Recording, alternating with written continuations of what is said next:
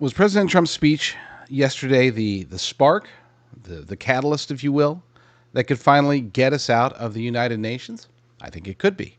I think that for the first time, at least, well, ever for me, I actually saw a glimmer of hope starting to pop up. A we'll call it a progression of events that could be launched as a result of the speech that could actually take us to the road, the promised land of being finally free from this corrupt, this evil organization. And they are evil. Yeah, let's be clear. One of the things that President Trump had pointed out during his speech was a series of failures. And amongst those failures, of course, was their failure to ever bring peace. They are supposed to be an organization that's embodies peace, and yet they didn't help. The United States of America brought peace. The Trump administration brought peace to multiple conflicts, multiple. He ceased the bloodshed in many nations, and that's what the United Nations is supposed to do. But they failed miserably. They didn't help at all. They didn't even call. They didn't even say thank you. They just said, "Oh crap. Well, I guess that war's done." And I'll explain why that's the case here in a minute. But he also highlighted the things that they've been successful at.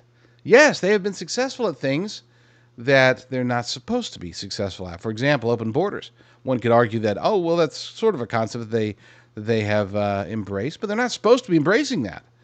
Okay, this is supposed to be about at least the the the pretend reason for the United Nations to exist is to help to protect sovereignty, and they do the exact opposite. Of course, for them to achieve their ultimate goal of having full control through world government, they have to erode and sometimes blow up sovereignty in various nations across the planet.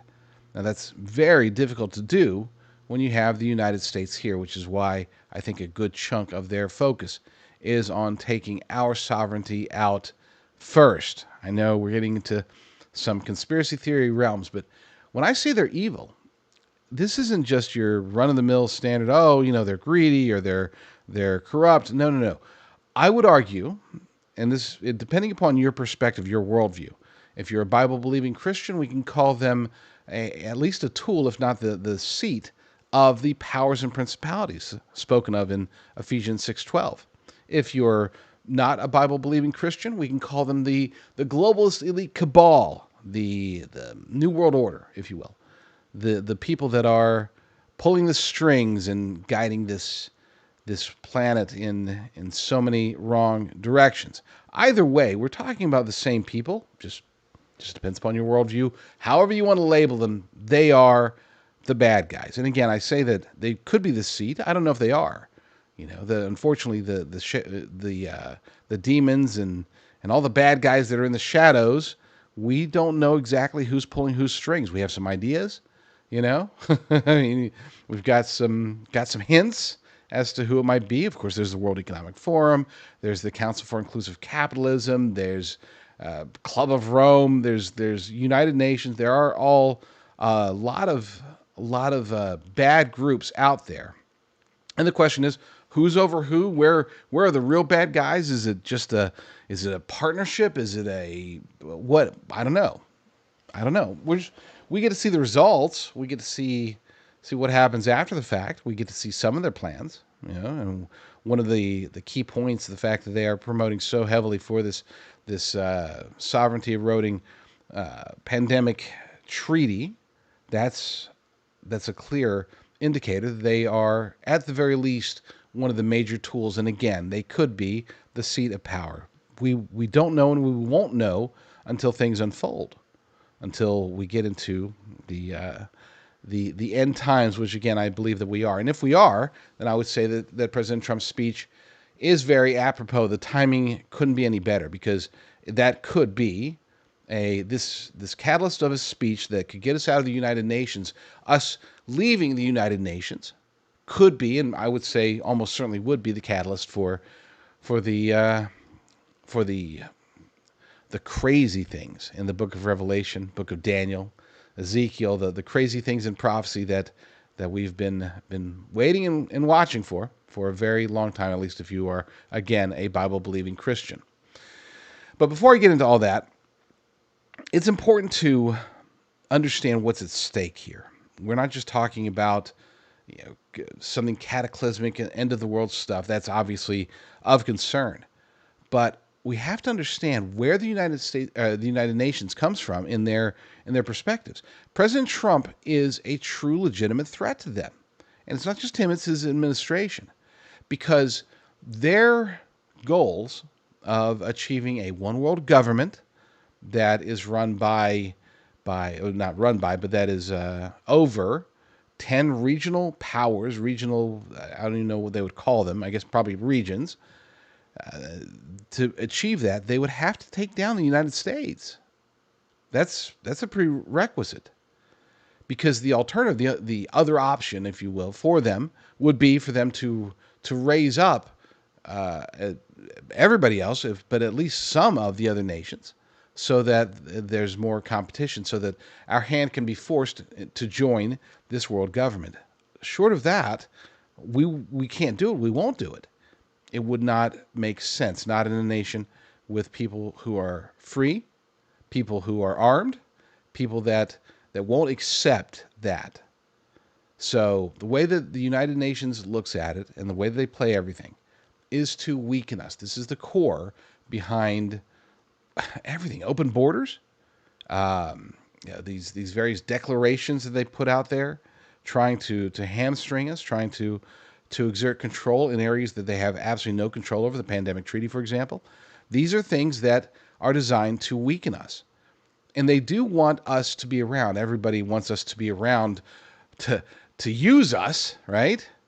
They just hate us because usually we won't play ball. Now, obviously, we were playing ball under the Biden-Harris regime, and did you notice that the United Nations sort of flourished during that time, and now all of a sudden they're looking like weak fools once again, and President Trump did a great job of highlighting those weaknesses. But they will use everything they can. De-dollarization, by the way, is arguably the biggest one. The use of central banks and entire sovereign nations to break free of our current, it used to be a stranglehold. Now I would say it's just a strong grip, but not as strong as it used to be, and weakening pretty much every day, including our own allies are starting to turn against the dollar. This is a massive concern, and the United Nations, I believe, is at least in part contributing to this trend. No matter what we do, and unfortunately, here's the bad part, there isn't a whole lot that President Trump or the administration or anyone else can do to slow it down. Now, there are things that an administration can do to speed it up, and we saw that in the last administration. There are things that the Fed can do to speed it up, and we're seeing that happening right now. This is why the sponsor of today's show, Augusta Precious Metals, is ideal. This is a company that is against what we're seeing happening in the world today. This is a company that I've partnered with because I have vetted out so many gold companies. It's insane, the gap between the massive bad guys out there. And I say bad, I'm not trying to rip on individual gold companies. I'm just saying we'll call them poor business practices, ones that don't necessarily align with the goals and values of their customers. And then there's Augusta Precious Metals, and you can find them by going to patriot.tv/gold, patriot.tv/gold. Reach out to them as soon as possible. If you have a retirement, you've got $50,000 or more in retirement savings that you can invest into physical precious metals, a safeguard against de-dollarization, a safeguard against it's not really a safeguard against globalization. It's a safeguard against the emerging one world economy. That's the best way to put it. Yeah, it's having gold. It's great. It's not gonna save you from if UN troops are flying into your city, but that would be very beneficial if the economies of the globe start really pushing harder than they are today. Look, gold. People keep talking about Bitcoin. President Trump loves Bitcoin, and I get it. I mean, Bitcoin is what it is. But if you look at the numbers, ever since President Trump loves Bitcoin, and yet the numbers as of right now today, you got Bitcoin compared from President Trump's inauguration day until today, Bitcoin has risen 9%. And that's great. That's a good number. Okay. But gold has risen like 27% in that exact same period of time. And the trajectory keeps going up. I did hear some economists very recently talking about the potential for $10,000 gold. Now, I'm not saying it'll get there. I would actually be skeptical of it getting there anytime real soon. But the notion that it could get there and not too long of a period of time does make sense. And I tell you that because a lot of people are like, oh, wow, gold's doing so well. Why would I buy it now? Because maybe it's too late. It's not too late. And you can find out more by talking to my good friends over at Augusta Precious Metals. Go to patriot.tv/gold because, like me, they are very concerned about what's happening globally. President Trump did thoroughly exposed so many of the evils that they are perpetrating. Evils truly against the United States because we are their prime target. We're the prime target of a lot of bad guys out there, whether it's China.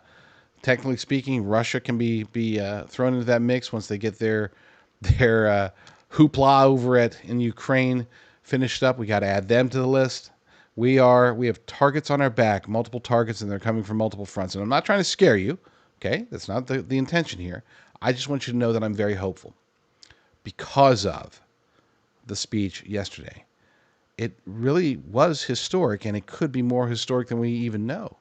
We see him firing away at the United Nations, at the various globalist groups, at NATO, at BRICS.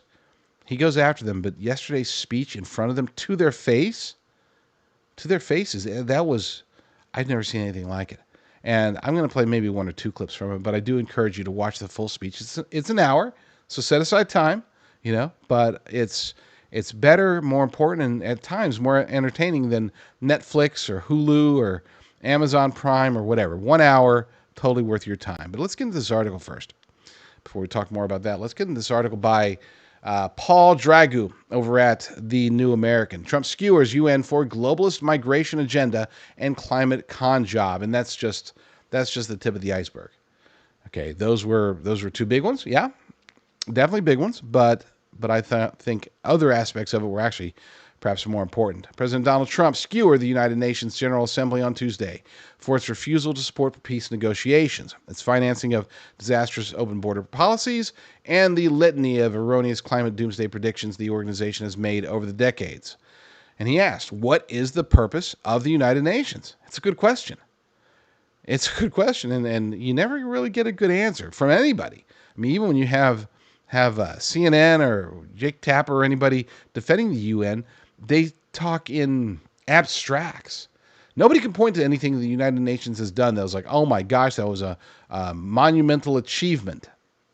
President Trump has done in less than a year more than the United Nations has been able to do, at least from a positive perspective, throughout the entirety of their existence.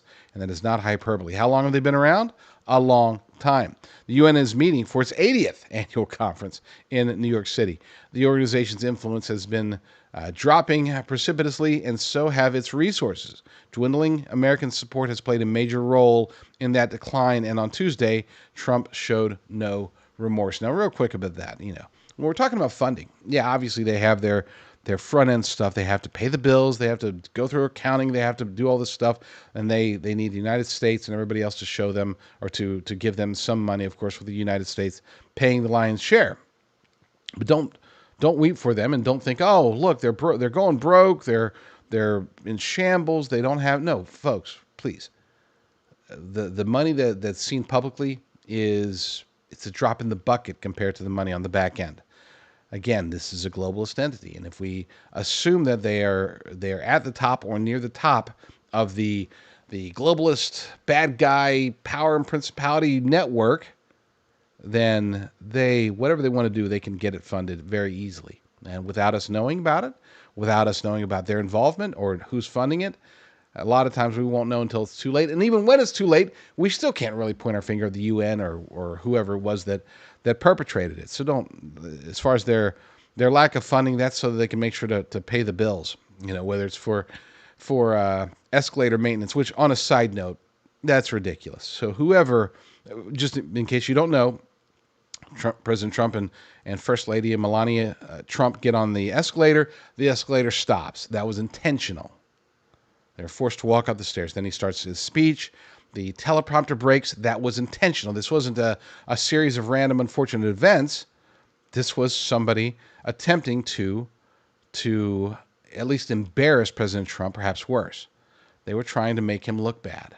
And whoever it was, they need to be found, because that is, I mean,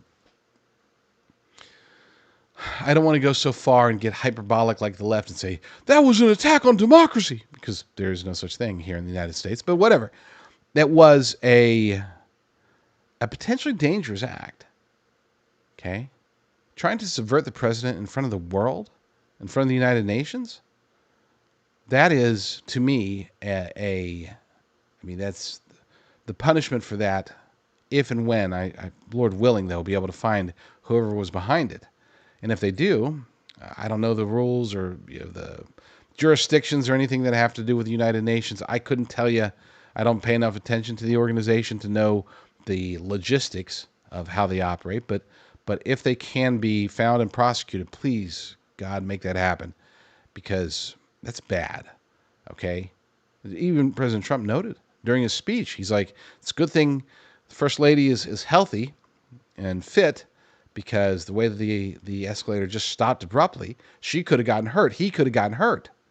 And if that would happen, I just hope it's not some stupid kid. I hope this really was a conspiracy, if you will.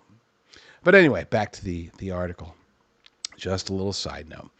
Back to the article. The peace president. So he started off with, well, not in the very beginning, but close to the beginning, he started off by bragging about the negotiations, and rightly so. I mean, what he's been able to do is insane, okay? It's sort of like if any world leader had accomplished one of the 7 negotiations, bringing peace across the world, just one of them, they probably could have gotten a Nobel Peace Prize. He did 7 of them, and there's still like, well, we got to figure out how we can get somebody other than Trump. Don't even get me started down that road. He mentioned his mediation role in a series of conflicts, the ones between Cambodia and Thailand, Kosovo and Serbia, the Congo and Rwanda, Pakistan and India, Israel and Iran, Egypt and Ethiopia, and Armenia and Azerbaijan. However, he said on Tuesday, it's too bad I had to do these things instead of the United Nations doing them.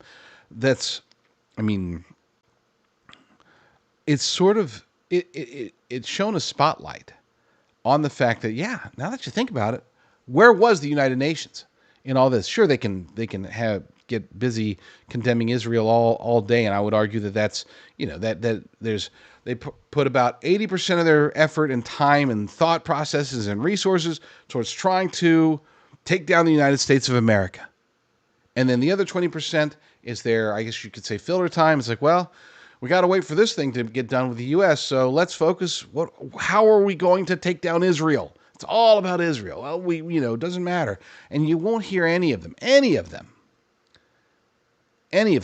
say anything truly bad about Hamas. They might throw out, condemnation, but while they're saying that Israel must stop, Israel must let it go, they don't say, return the hostages, Hamas. Return the dead bodies. President Trump called them out on that as well. In a quote, he said, and sadly, in all cases, the United Nations did not even try to help in any of them. I never even received a phone call from the United Nations. I realized the United Nations wasn't there for us. And they're not there for anybody. We have to understand this. The United Nations is there for the United Nations. That's it. They are there to set the stage for whatever is going to replace them.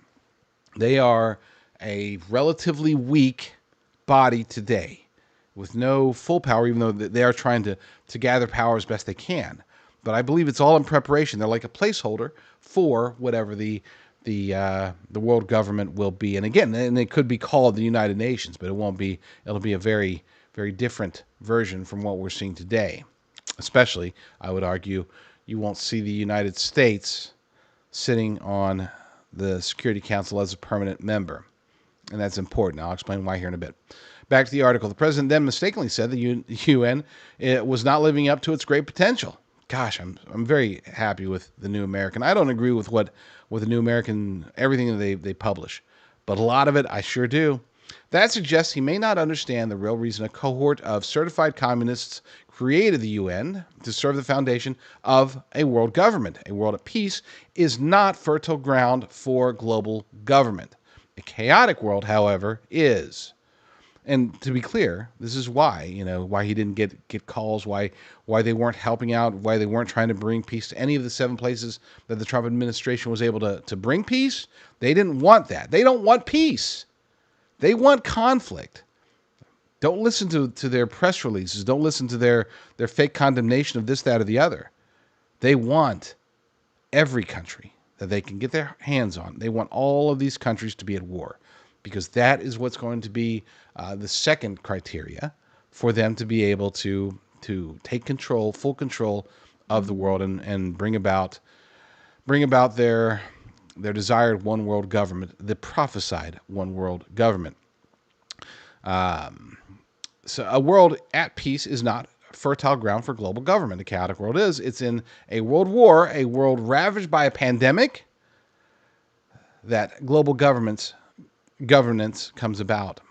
Many people within the UN's agencies have openly admitted the reason for the organization is to bring about world government. You can read more about that in a previous report, and I believe that was by Alex Newman. And here it is. You know what? Let's just go ahead. Let's take a break. I'm speaking too fast. Let's take a break from me talking and listen to President Trump himself.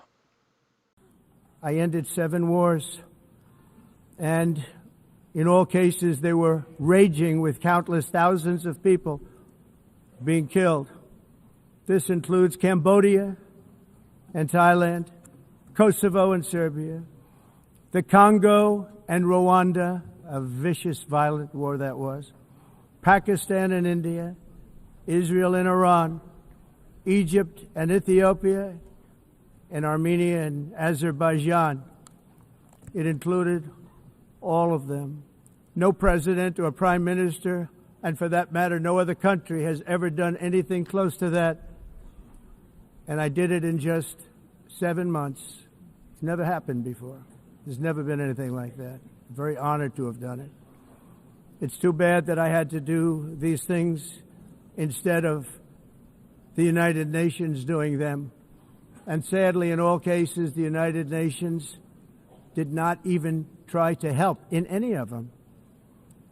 I ended 7 wars, dealt with the leaders of each and every one of these countries, and never even received a phone call from the United Nations offering to help in finalizing the deal.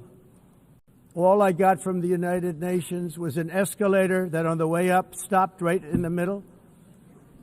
If the First Lady wasn't in great shape, she would have fallen. But she's in great shape. We're both in good shape. We both stood. And then a teleprompter that didn't work. These are the 2 things I got from the United Nations, a bad escalator and a bad teleprompter. Thank you very much. And by the way, it's working now. It just went on. Thank you. I think I should just do it the other way. It's easier. Thank you very much. I didn't think of it at the time because I was too busy working to save millions of lives. That is the saving and stopping of these wars. But later I realized that the United Nations wasn't there for us. They weren't there. I thought of it really after the fact, not during these negotiations, which were not easy. That being the case, what is the purpose of the United Nations? The UN has such tremendous potential. I've always said it. It has such tremendous, tremendous potential, but it's not even coming close to living up to that potential. For the most part, at least for now, all they seem to do is write a really strongly worded letter and then never follow that letter up. It's empty words, and empty words don't solve war. The only thing that solves war and wars is action.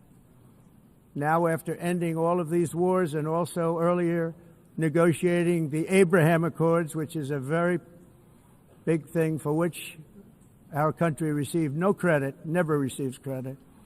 Everyone says that I should get the Nobel Peace Prize for each one of these achievements. But for me, the real prize will be the sons and daughters who live to grow up with their mothers and fathers, because millions of people are no longer being killed in endless and unglorious wars.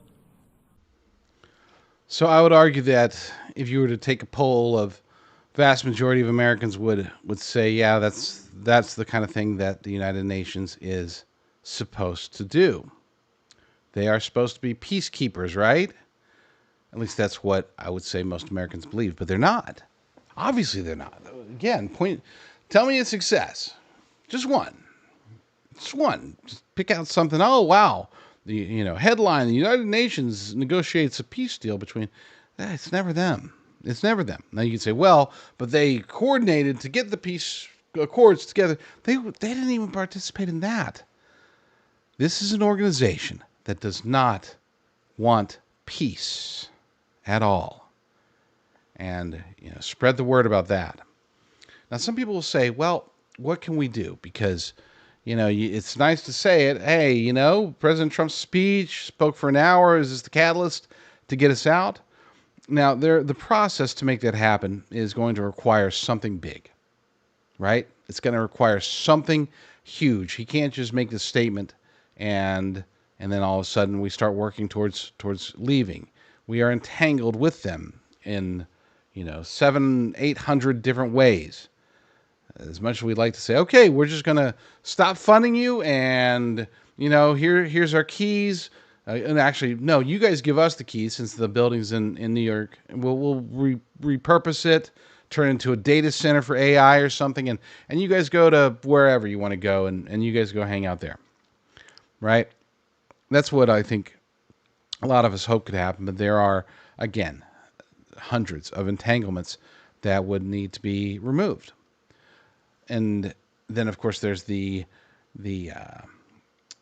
veto power that we have as a permanent member of the UN Security Council. That's something that I would say many, if not most, would say we want to keep that. Oh, but we gotta go in there and make sure that things are happening right. And then there's the Israel issue, right? Where the only thing that prevents Israel from being basically just lambasted and probably taken over in some way by the United Nations, having that veto power. But that's not even going to be enough in the future. There's going to come a time, if we are indeed in the biblical the biblical end times, that's not going to be an option anymore. Something's going to break. Something's going to push, peace deals and wars and rumors of wars and all this stuff. We're already seeing that happening today. So, could we get disentangled? I would say that it's one of two ways that could make that happen. And this is, again, in both scenarios, this is the catalyst. Catalyst one is where the United Nations pushes back. Or not, sorry, scenario one is where the United Nations starts pushing back, starts getting a little bit more scared. They start worrying if they can survive for the remaining 3 years under President Trump, and that compels them to start doing some crazy things. Being more active. And if that can be traced back, I would argue that could be a catalyst. Very unlikely, but I got to throw that out there because it's a possibility. And I keep saying catalyst. That's a scenario based upon the catalyst of President Trump's speech. Path number two, which is the most likely path, is we're seeing it sort of unfolding right now. Not sort of. It is unfolding right now. There's Israel, and then there's the United States, and there's a handful of other nations, but for the most part, like 185 nations versus Israel, with us, the United States, being the only one that sort of prevents, holding back the wolves. And that might not last. That might not be possible. And as a matter of fact, it might not even be enough with all this global power. I mean, every globalist in the world right now hates Israel. Despite the fact that, again, I don't want to beleaguer the point, but the people that do hate Israel are the same people that have not ever called for Hamas to release the hostages. Now, to be clear, I want just before anybody, Rucker's going Israel first, and no, I have a list of complaints, challenges that I have with the Israeli government, with certain conspiracies associated with the Israeli government. Look, I am not a sheep in that regard, but I also acknowledge that Israel is a sovereign nation, the size of New Jersey, and the entire world wants them to split up the very limited land that they have and to share their land with people that want to kill them. That's kind of a non-starter for me. Yeah, that doesn't make sense. Okay, there's literally like 50 Islamic dominant nations. Okay, 50 of them, and they can't figure out how to make this work in any of those 50. It's got to be Israel. It's got to be there. No, I mean, and so, but we used to be Palestine, and it used to be they were there first. Well, no, they weren't. Okay, Israel was a nation before Islam ever existed. So don't even. I did not want this to turn into an Israel episode by any means. But the point is that in regards to this episode, if things continue to push in the way that they're going very rapidly right now, with so many of these world leaders declaring it's basically a foregone conclusion that there must be a two-state solution. Israel's not going to allow that. So conflict is very likely in the air, and it will be the United Nations versus Israel. I'm not saying the United Nations would put together an army and attack Israel, but they will allow the attack. And if that were to happen, then again, I would say be sure to read your Bibles very well, because it's all talked about. I'm not declaring that this is the time, but it sure seems like we're heading in that direction. And I would argue that President Trump's speech, because of his willingness to call them out, could be enough to take an already volatile situation and to take it to the next level. And if it does get to the next level, then it'll go 10, 20, 30 levels up very, very quickly. So be on your guard. Be ready for that. But before we get too doom and gloom, because I'm not saying this is a foregone conclusion. I could be completely wrong, but let's continue with the article just in case. So what else did he talk about? He talked about whether they're calling migration. Trump got back on the right track when he said the only thing the UN is good for is creating new problems for us to solve. Very true. He then segued into one of the largest crises in the organization created. He said, the United Nations is funding an assault on Western countries and their borders. The UN is supposed to stop invasions, not create them, and not finance them. The UN, he pointed out, gave food, shelter, transportation, and debit cards to illegal aliens. Can you believe that? He asked. He was referring to the organization's role in the open border policies of the Joe Biden years. Trump took swing after swing in this vein. You're destroying your countries. They're being destroyed. Europe is in serious trouble. They've been invaded by a force of illegal aliens like nobody has ever seen before, and nobody is doing anything to change it, to get them out. It's not sustainable. Your countries are going to hell. Again, if you missed it, he did not hold back.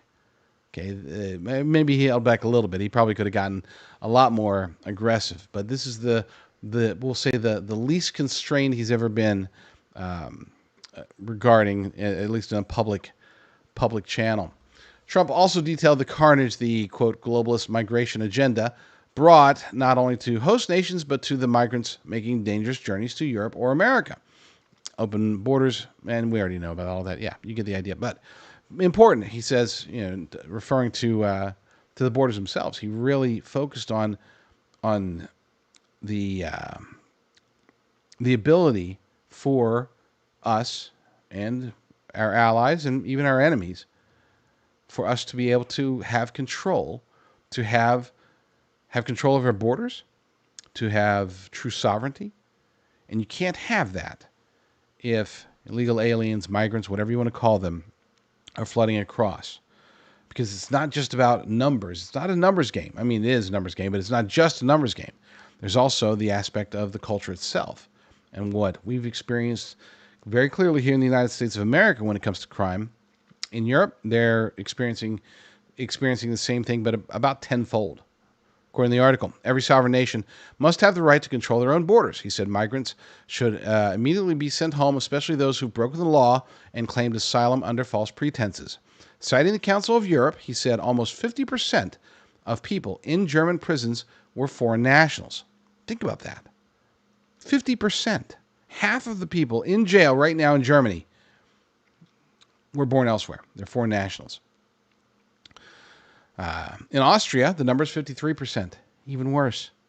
In Greece, it's 54%. And in quote-unquote beautiful Switzerland, a whopping 72% of prisoners are foreign nationals. This is the impact. And we're seeing it. I have Scarlett on the show tomorrow. She'll be talking about this, I'm sure, a lot. Because it's not getting any better. I mean, they keep doing everything they can to allow themselves to be invaded, to let the invasions continue. And when I say they, I'm talking about the globalist leaders in these European nations. The EU itself is a globalist entity, and they want the quote unquote original Europeans. They want the native people in Europe to be replaced and or subjugated by the invaders themselves. That has to be their goal, because none of their actions would make any sense at all unless that is their specified goal. And this goes all the way back again to the UN, World Economic Forum, Council for Inclusive Capitalism, all the various bad guys, open societies, George Soros, Klaus Schwab, all of them, all holding the hands of these leaders in these nations and telling them that their place, their personal place in the future is going to be protected, but they've got to give up their nations. And that's exactly what they're doing. And very few people are noticing it to that extent. They're seeing the problems. In England, they're protesting like crazy, right? About this, but it's not, they don't realize just how bad it is. How bad the plans are, how evil their leaders are. They think maybe they're making mistakes or they're too nice or something like that. It's far worse than that. They're engaged in an end times conspiracy to help to bring about world governance with Islam at the center of it. This is what we're seeing. And if you've got a better explanation, if you want to point to they're just being careless, they're just being dumb, they're whatever, fine, you can go with that. I'm going with what seems to be pretty obvious, that this is a planned takeover of Western society. And the leaders are the ones that are allowing it to happen because, for whatever reason, that's what they want. Common sense policies are the answer. According to Trump, proud nations must be allowed to protect their communities and prevent their societies from being overwhelmed by people they have never seen before, with different customs, religions, with different everything. Look, folks, keep in mind, I am an immigrant myself. I'm a legal immigrant. I was born in another nation. My mother brought me here when I was an infant. I've never known anything else. I don't have dual citizenship.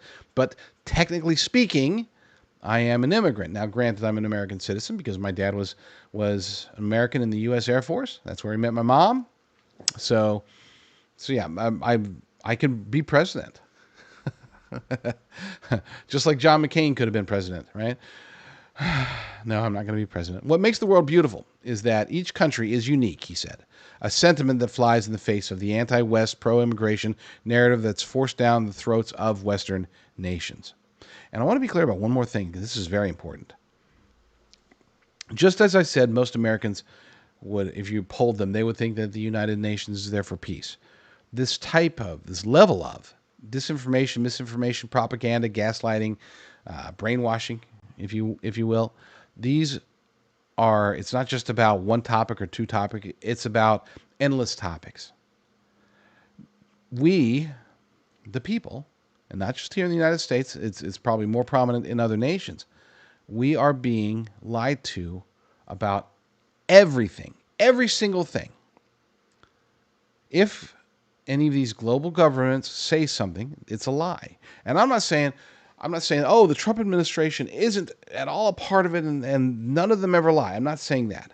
I've seen examples and I've called out examples of how, I mean, just like the other day, you got Pam Bondi going out there and saying, we got to stop hate speech. Okay.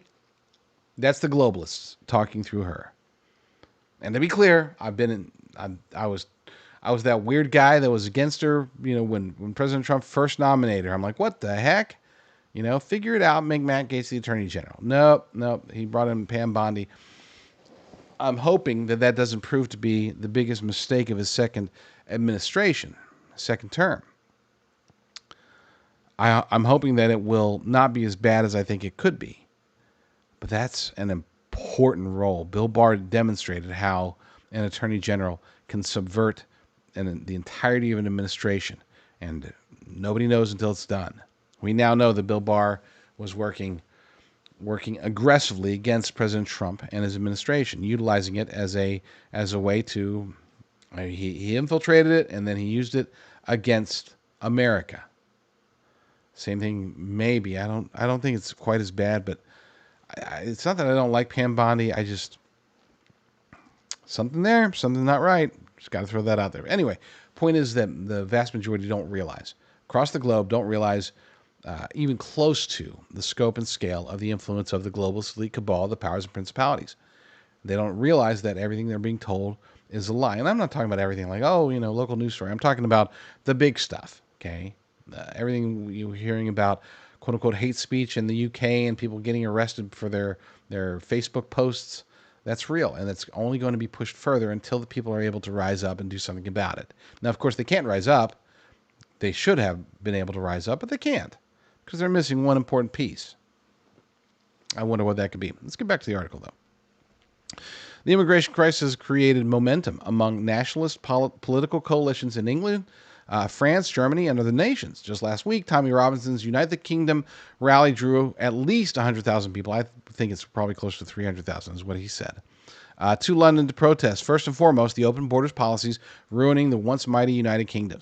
In France, Marine Le Pen's party has gained significant influence because of its anti-immigration stance, and same goes for Germany's AfD party. Unfortunately, they suffered a blow yesterday. I probably won't get to it, but you can look it up.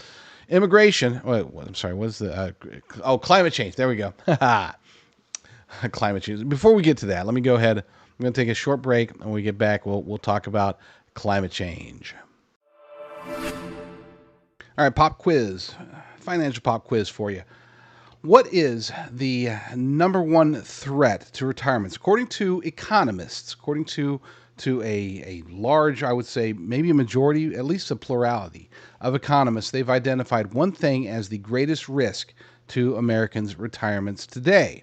Now, if you watch my show, if you've watched other conservative hosts, and you hear a gold IRA ad, chances are they're talking about national debt. They're talking about de-dollarization, BRICS, inflation, possibly still central bank digital currencies, digital dollar, stuff like that. But it's actually none of those. I mean, those all play a role, of course. But according to economists, currently, right now, today, in 2025, the biggest risk to your retirement is longevity. I know that sounds crazy, but it's true. You see, the current 60-40, the standard default de facto retirement account splits, they were designed in the 70s because they worked back then. They worked for both the corporations that manage retirements as well as the individuals. Over time, they stopped working. And as of 2025, I would argue, and I'm not offering financial advice or anything like that, I'm just saying that according to the economists, the experts, they're saying that it's just not working anymore. And the reason is because of longevity, because our retirements just have to last longer. We're living longer, so our retirements have to last longer. This is one of the reasons why so many people are forced, unfortunately, in America to come out of retirement, especially after 4 years of Joe Biden and the Democrat policies that eroded our economy. We're trying to bounce back. We're doing everything we can. But they put us in a big, huge hole.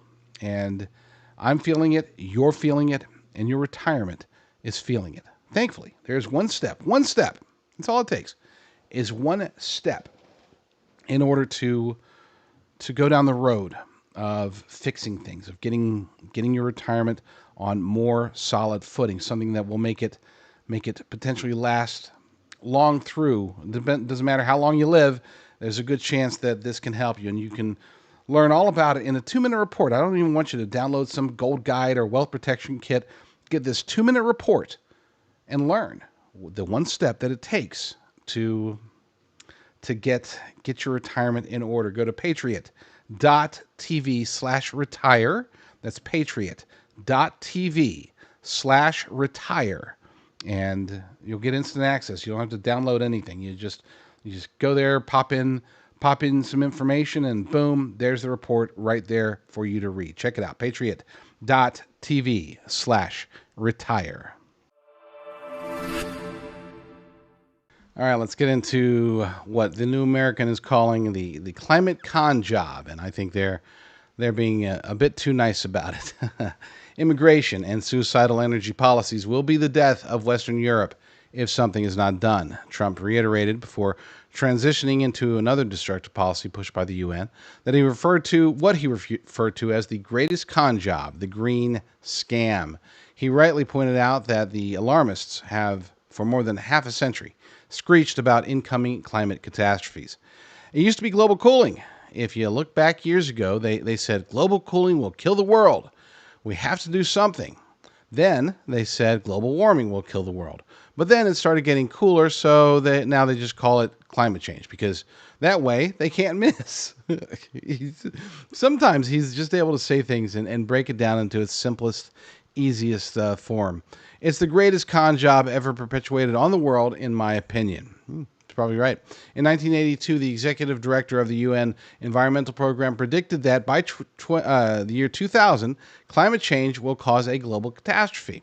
Trump said it would be as irreversible as any nuclear holocaust. This is what they said at the United Nations. What happened? Here we are. He brought up another failed climate prediction. Another UN official stated in 1989 that within a decade, entire nations could be wiped off the map by global warming. Not happening. He pointed out how absurd it is for some nations to deindustrialize their economies in the name of reducing their carbon footprint, while their efforts are offset by countries that don't implement the same policies. Trump mentioned how countries such as China have more than made up for the carbon emissions Europe has reduced. He pointed out that green policies have spiked energy prices for Europeans, mentioning Germany by name. And gosh, you want to talk about a disaster. Germany's energy policy, they really screwed the pooch on that one, okay? They had, at one point, keep in mind, when they were going nuclear 2 decades ago, they had what would be the envy of the world today as far as energy policy. They would have been the prime energy. They would have been like, oh, look, we are so far ahead of everybody else. We are so good, so awesome. And they would have been right. But they abandoned that. Why? Because of the climate change cult. And because of the plans, the machinations of the globalist elite cabal, the powers and principalities. They didn't want, they couldn't, it's not that just, they didn't want, they couldn't allow Germany to go down that road, because it would have demonstrated clearly that the clean energy from nuclear power could fuel a nation. And if that's the case, then why build solar farms? Why build wind farms? Why build whatever? This is not a fossil fuel. It's abundant, obviously, abundant enough at least, in order for the world to be fueled through nuclear power in a safe and effective and clean manner. And that revelation would have completely derailed the entire climate change energy agenda. And so they had them get rid of it. Now they're screwed. I mean, they really are. They are dependent and beholden on their enemies in ways that it's pretty sad. Their economy is being affected. Germany, we see what's happening in England. That's ugly. We see the pro-Palestine riots and everything that's happening through Antifa in France, and that's ugly. I would say that Germany, the powerhouse of the EU, may be the first failed state. I'm not predicting that. I'm saying it's possible. You never know what could happen in a very short period of time. So let's get back to the original premise.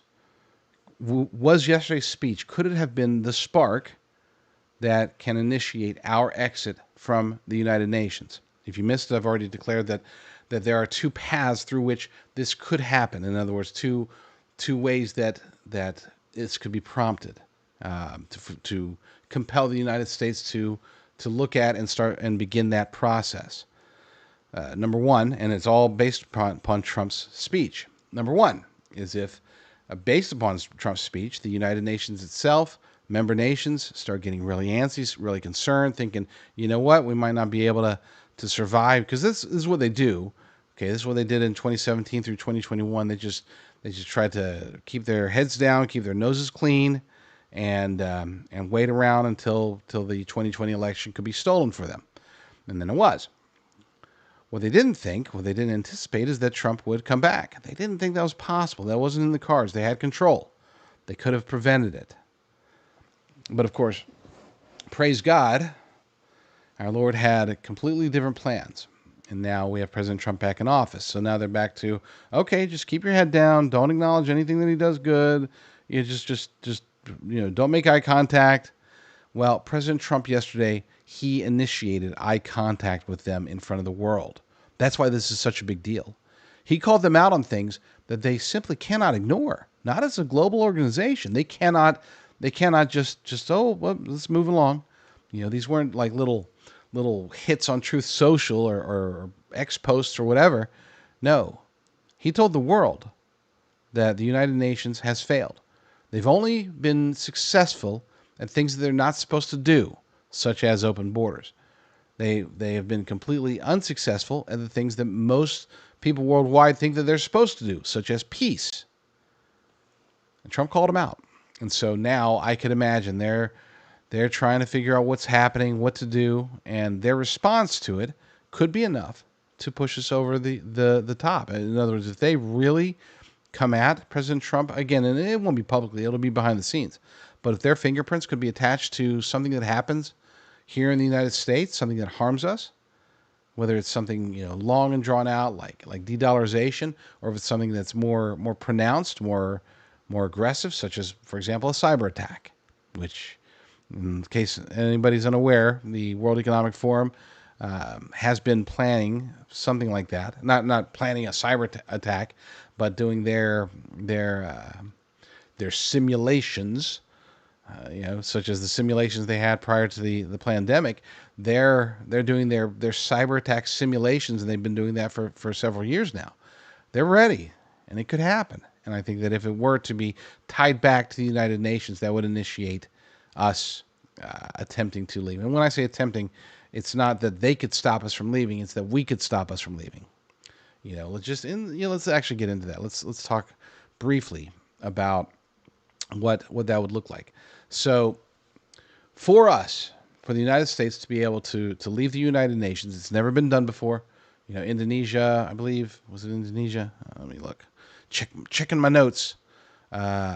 Indonesia had consciously suspended its membership in 1965 during a conflict with Malaysia, but then later rejoined. Otherwise, nobody's ever left. Okay, we would be the first. Now, how do we get there? It'd be nice to say that yes, President Trump could just utilize his treaty termination powers to end the treaty, but unfortunately, because everything was done through Congress, it's almost certainly going to have to go through Congress. I'm not a legal scholar, but just based upon everything that I've read, I've been reading about this. I've been dreaming about this day, this potential, for a very long time, and my research says that for it to stick, they almost certainly have to get it approved through Congress. We're not just talking about a majority here.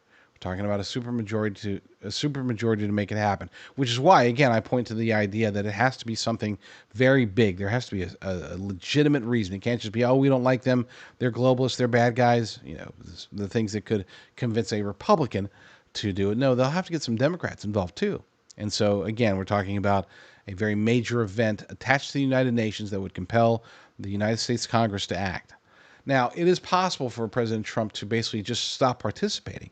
Even though Congress can't break the treaty, and President Trump can't unilaterally leave without facing legal consequences for doing it, almost guaranteed instantaneous reversal, right? But what he can do is he could choose not to participate. He could suspend for all intents and purposes, and just not go there.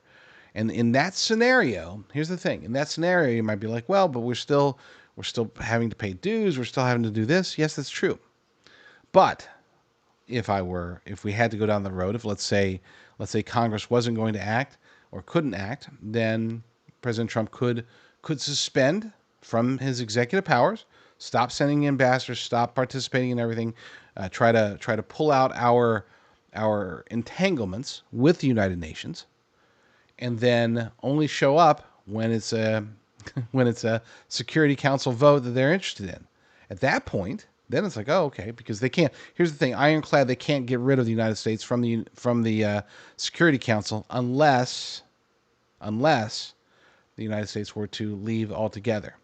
So in that scenario, if we're just utilizing our veto power when necessary, but otherwise not participating in the UN, then it would behoove the United Nations to get rid of us, and that would be, hey, whatever, oh, you broke up with me, I broke up with you, whatever you want to call it. That would be just fine. Now, obviously, this would have tremendous implications, but I think that as far as we're concerned, the biggest one, the most important one, we give them everything that they need, and they give us nothing. Okay, we don't get a benefit whatsoever from the United Nations, not the United States as an individual nation. It's just a funnel through which they can take the United States resources, money, people, whatever, and funnel it out to whatever projects they have going. That's the current use, or the current relationship between the United States and the United Nations. It's a one-way street. So there's not much, in other words, that would affect day-to-day Americans, directly at least, if we were to leave the United Nations. Now, where it gets indirect, and this is where if we are going to do this, then we have to sort of button everything down pretty well, because if we were to be the equivalent of excommunicated from global trade or global this or global that, if the United Nations were to try to punish us through interactions in trade, other financial interactions, and they would, and when I say if, they would do that, then we have to be ready and able to be an isolated nation, be basically North Korea, except with a heck of a lot more resources and enough, I would argue, to be able to sustain us as a singular sovereign nation without any interactions with the rest of the world. It'd be huge. Look, I get it. Everything that I'm describing is massive change. It really is. The act of leaving the United Nations isn't that big of a deal. It really isn't. The aftermath of leaving the United Nations would be devastating. It really would be. I mean, it could be catastrophic. But I would argue that if it's done right, if it's done for the right reasons, if the American people can get behind it, that whatever those repercussions are, we will be able to meet those challenges, overcome them, and bounce back against any of the things that we weren't able to fix. Look, if there's all sorts of bad things that happen as a result of the pandemic, right? I mean, it derailed us as a nation. It derailed the economy. It really harmed us. But when you look around today and you see the repercussions from the pandemic outside of the obvious medical, the deaths, the changes, otherwise, we have in many ways recovered, and it didn't take that long. And it would have been a lot quicker if it wasn't for the Biden-Harris regime, but we'll see. We'll see. I want it to happen because, again, it's not just about, we pay too much money. That's not it. It's because we are empowering an organization whose hidden primary goal is to, at the very least, diminish us and possibly destroy us, or let us implode from within, and prompt that to happen. Look, I get it. Sometimes you get in a bad relationship and there's it's hard to exit, but if it's a bad relationship, you exit. And right now, our relationship with the United Nations is awful. So yeah, I'm all in favor of leaving the UN, and I hope that President Trump's speech will get us there. And if you haven't watched it, by the way, if you're watching on Patriot TV's feed, stay tuned. I'm just going to play the speech. If not, if you're watching on Gateway Pundit, you can find the feed elsewhere. So you'll find it. Lord willing, I'll be back very soon with another episode. But in the meantime, you all stay strong, stay safe, and God bless. Chances are very strong that if you watch various shows on conservative or alternative media that you've been told by some various show hosts about free or bonus silver that you will get if you work with their gold companies. Now, I don't blame necessarily these hosts. They just don't know exactly what they're offering. They're just saying what their sponsors tell them to say. Unfortunately for them, and more unfortunately for you, these offers are scams. They just are. And again, I'm not ripping on show hosts that are offering it. I've got a lot of friends that do it, and by golly, they do it for whatever reason they do it. I, on the other hand, work with a company that does not insult your intelligence by pretending to offer you $10,000 in free silver.